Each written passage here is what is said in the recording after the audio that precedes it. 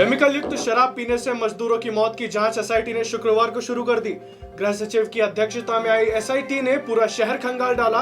SIT ने police और प्रशासन के अधिकारियों से चर्चा की और अब तक स्थिति जानी। एसआईटी ने गोपाल मंदिर स्थित पुराना निगम कार्यालय, छतरी चौक, खारा कुआं, नरसिंह घाट का मुआयना किया। एसआईटी आम आदमी से शनिवार को बात करेगी। इसके लिए दोपहर 12 से 1 बजे तक का समय मुकर्रर किया गया है।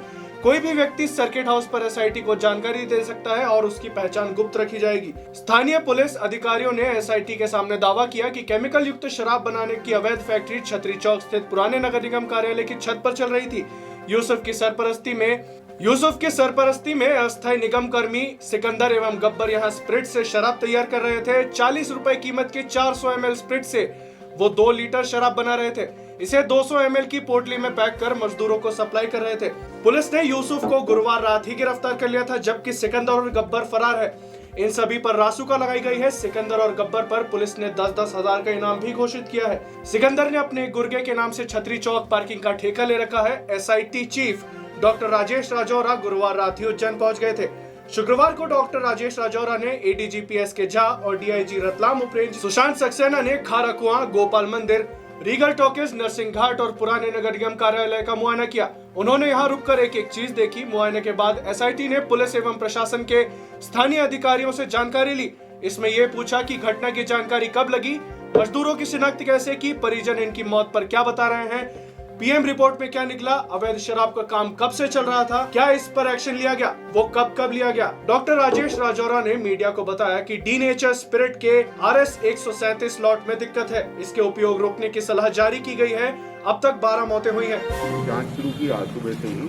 इस मेरे साथ जो है वो एसके झा साहब जो एडिशनल डायरेक्टर जनरल हैं वो, और सुशांत सक्सेना जी जो डीआईजी हैं, ये सदस्य हमारे साथ, और हम लोग मिलकर जो है इसके अंदर फैक्ट फाइंडिंग में हैं कि एक घटना कैसे घटित हुई, उस घटना के पीछे क्या कारण थे, कौन दोषी थे, जो कार्रवाइयाँ की जानी थी वो कार्रवाइयाँ समय पर हुई हैं अथवा नहीं, और इस प्रकार की घटना की पुनरावृत्ति न हो पाए, इसकी रोकथाम के लिए क्या कदम उठा सकते हैं, इसके लिए हम सिफारिश में राज्य सरकार को दें। सर, प्रदेश में कहाँ का जैसे स्प्रिट का भी आपने कहा है कि स्प्रिट को जो जहाँ भेजा गया उसको रुकवाया जाए, न्यूज़ ने किया। इसमें एक लॉट जो प्रथम दृष्टया जो डीनेचर्ड स्प्रिट है वो जो जब्त हुआ है मौके से, वो उसका RS 137 जो लॉट नंबर है, उस लॉट को हमने एहतियातन सभी को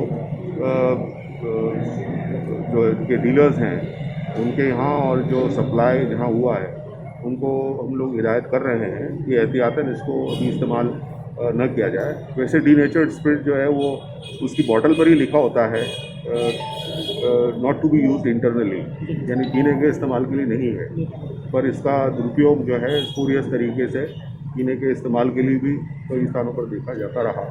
तो इसकी रोकथाम के लिए जो है आवश्यक कदम भविष्य में उठाए जाएंगे, और इस लॉट के बारे में हमने एहतियातन सबको खबर कर रहे हैं। सर, अब तक कितनी मौतें हो चुकी है? 12 कन्फर्म है। और सर, ये जो 12 मौतें उनमें कुछ मिल पाया कि क्या उन्होंने पिया था, ऐसा कुछ पता पड़ पाया? वो हमने फॉरेंसिक के विसरा भेजा हुआ है FSL में, उनकी रिपोर्ट आएगी फॉरेंसिक की। इसके अलावा हम लोगों ने जो सैंपल्स जो हैं वो लॉट नंबर 140 के और लॉट नंबर 137 के भी हम भेज रहे हैं sample drug and cosmetics act की लैब है उसके अंदर, और विसरा जो है FSL में Gwalior forensic science lab Gwalior भेजा गया है। तो उनकी रिपोर्ट आने पर भी इसमें आपको कार्रवाई। गुरुवार से शुरू हुई उज्जैन पुलिस आबकारी अमले और प्रशासन का अवैध शराब को छेड़ा अभियान शुक्रवार को भी जारी रहा। तीनों विभाग एक्शन के मूड में रहे। कमोवेश हर थाना क्षेत्र में अवैध का कारोबार करने वालों की धरपकड़ शुरू हुई। इसी के साथ केसों का बनना भी शुरू हुआ। धड़ाधड़ केस दर्ज किए जाते जा रहे हैं। शुक्रवार सुबह तक यह आंकड़ा 104 पर पहुंच गया था। मामले में नगर निगम आयुक्त ने कार्यवाही करते हुए आरोपी गब्बर और सिकंदर को नौकरी से हटा दिया है। इधर देर रात नगर निगम और प्रशासन की टीम सड़कों पर जांच करने के लिए कूद पड़ी। शहर में घूम घूम कर फुटपाथ पर सोए लोगों से पूछताछ की गई। शहर के बाहर के रहने वालों को निगम की वैन में बिठाकर रेन बसेरों में भेजा गया। शहर के भीतर रहने वालों को उनके घर की तरफ खिसकाया गया। नशे में मिले लोगों को अस्पताल भेजा गया। देखिए, जो आप अभी ये कार्रवाई देख रहे हैं, इस कार्रवाई का उद्देश्य ये है कि जनरली जो लोग सड़कों पे सोते हैं, बाहर से आके अपने घरों को छोड़ के, या कोई अनाथ है, तो आप लोगों ने देखा इसी तरह जो लोग सड़क पे सोते हैं वो अवैध शराब का सेवन करते हैं। आवश्यक होने पे अवैध शराब का भी सेवन कर लेते हैं, और इससे प्रॉब्लम वगैरह खड़ी होती है। शासन प्रशासन का उद्देश्य ये होता है कि ये जो इस तरह के लोग हैं उनको रेन बसेरे वगैरह में रहना चाहिए और सभी के लिए रेन बसेरे खुले हैं, लेकिन उसके बाद भी लोग दारू पी के या यहाँ पे रह के फुटपाथ पे रह के आपस में 4-5 लोग मिल के इस तरह की अवैध गतिविधियों में जाने अनजाने सम्मिलित हो जाते हैं। तो आज हम लोगों का यही उद्देश्य है कि फुटपाथ पे कोई ना सोए, जो भी रहे वो रेन बसेरे में रहे और या फिर अगर लोकल है तो वो अपने घरों पे जाएं। जैसा आपने देखा यहाँ पे काफ़ी सारे लोग लोकल के निवासी हैं जो आसपास के मोहल्ले में ही रहते हैं, लेकिन वो लोग अपने घर को छोड़ कर यहाँ पे हैं, तो उनसे अनुरोध किया जा रहा है कि अपने माता पिता, अपने बच्चे और अपने घर के लोगों के साथ में रहें, तो वो बेहतर स्थिति रहेगी। और जो बाहर से आए हैं उन लोगों को हमने यहाँ पे रेन बसेरे में पहुँचाने की कार्रवाई की है और ऐसे व्यक्ति साथ में इनको हम इनके स्वास्थ्य का भी, जैसा आपने देखा, चेकअप कर रहे हैं। जो संक्रमण की सुरक्षा की दृष्टि से एक कार्यक्रम हमने वो भी कर रखा है। तो इस तरह से हम लोगों का प्रयास रहेगा कि समय समय पर निकले और इस तरह लोगों को बूस्टअप करें और उनको उनके घरों में रहने के लिए या जो शासन प्रशासन ने रेन बसें निर्धारित की उसमें रहने के लिए उनको प्रेरित कर सके। सर, अब तक कुल कितने मामले आ गए मौत के? देखिए, जैसा कि आपको पता है अभी दोपहर में 14 थे और बाकी का तो फिर सवालों के घेरे में खारा कुआं थाना। 300 मीटर दूर पर ही बिकती रही मौत, कार्रवाई क्यों नहीं हुई? केमिकल युक्त शराब के मामले में खारा कुआं थाने को सवालों के कटघरे में खड़ा कर दिया है। इसकी वजह यह है कि शहर के बगैर काम वाले इस थाने से महज 300 मीटर दूर जिंजर बनकर 20-20 रुपए में मौत बिकती रही और एक भी पुलिसकर्मी को इसका पता नहीं चला।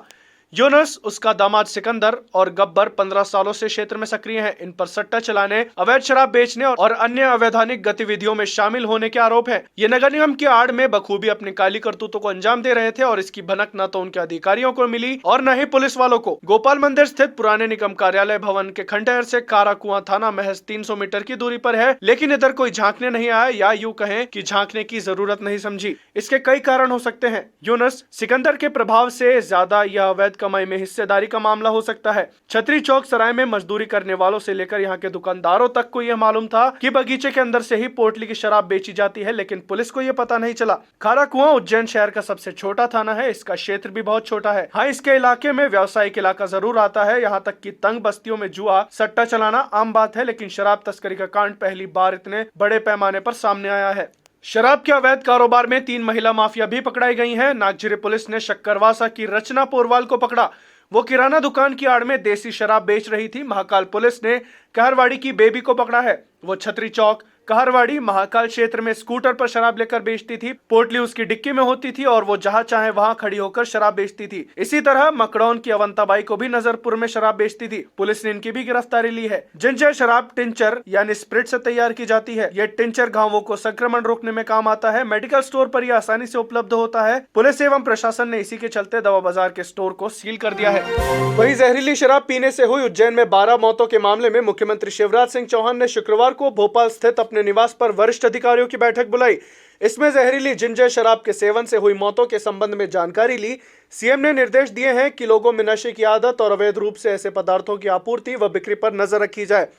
उन्होंने कहा कि उज्जैन में हुई घटना दुर्भाग्यपूर्ण है। इसके पीछे जिम्मेदार लोगों को किसी भी हालत में बख्शा नहीं जाएगा।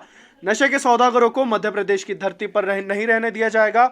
मैंने अधिकारियों को आवश्यक निर्देश दिए हैं। जल्द ही दोषी सलाखों के पीछे होंगे।